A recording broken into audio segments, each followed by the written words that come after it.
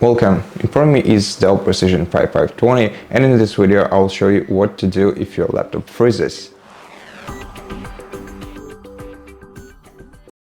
So the first thing you'll have to do in such situation is to detect whether your device is frozen partially or fully. And to do that, we'll just have to use a combination of keys of Ctrl, Alt and Del buttons. So just press Ctrl, Alt, Del or Delete buttons together. And if you see this window, that means that your device is only frozen partially. And what you have to do is open the Task Manager, which is the last option. And then if, for example, this browser is the program that causes our screen to display to freeze, then we'll have to find it on the application list, right click on it and select disable.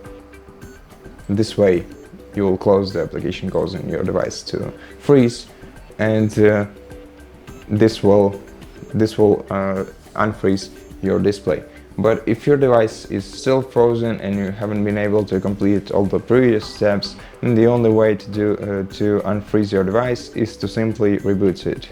And to reboot your device, press and hold the power key for about 5 to 10 seconds until your screen goes off and your keyboard too. And once your device is turned off, let it rest for about 5 seconds and then press the power button again to turn it on.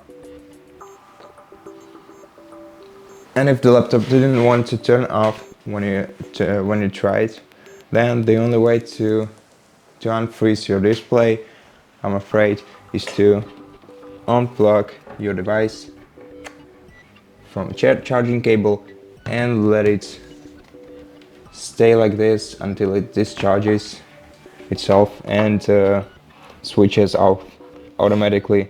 Then you'll have to plug in the charger again, wait for a while, for about 15 minutes, maybe up to half an hour until it charges again, and then try to turn it on. And I hope this video helped you, and if it did, please consider subscribing to our channel, leave us a like, and I'll see you in the next one.